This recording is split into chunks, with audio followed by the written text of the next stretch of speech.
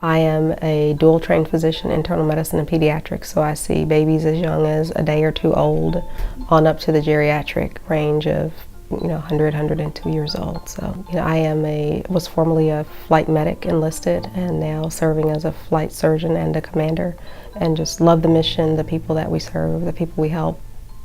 I was working an ER shift one night. I'm here in my community ER, community outside of a major metropolitan city.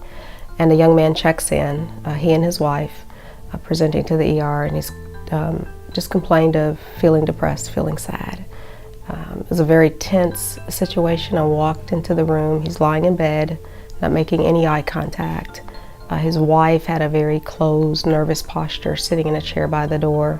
She made eye contact, and I asked a few open-ended questions, and I really wasn't getting a good feel that he wanted to talk.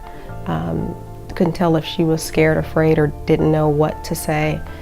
So I offered her an out, asked her if she'd like to leave and let us talk in private.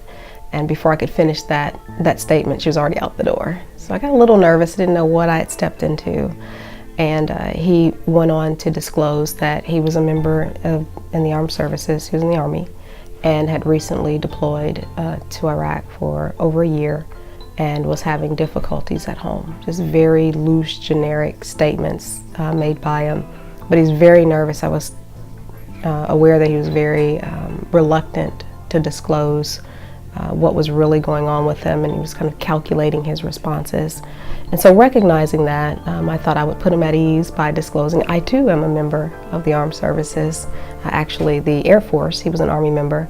And I shared with him that I had once been enlisted for about 9 years as a med tech, and I was now serving in the capacity as flight surgeon here at the local guard unit, the Tennessee Air National Guard. And unfortunately, I didn't put him at ease. He got very nervous, didn't want to talk, and I asked him, several times, I understand the mission, we'll try to understand what you're going through. And he shared that, he feared if he talked to a military member that information would make it back to his unit. He was up for promotion, had served nobly and done well, and feared that him being here talking about depression and some PTSD-related issues would cost him his promotion. So we spent about 15 or 20 minutes talking about confidentiality, that I was at his bedside in the capacity as a civilian provider. However, had the military experience and that expertise to maybe try to help bridge the gap and understand his struggle. And at that point, he relaxed. So this gentleman drove from a neighboring state about 2 hours to get to me, hoping to secure an anonymous visit. He knew he needed help. But he didn't want it disclosed. So we talked about, what he had done in the interim. Why didn't you seek, help or counsel in country? You had your medical corps, you have your physicians, your providers there, flight surgeons, you have your chaplain corps. And he pretty much said, if you go to those places, he felt like he'd be labeled. He didn't want to, quote, be put out on a mental. So he just dealt with it. And his dealing with it included increased alcohol consumption. He and some of the buddies that were sharing some of the same issues would get together and, try to cope, but they weren't doing well.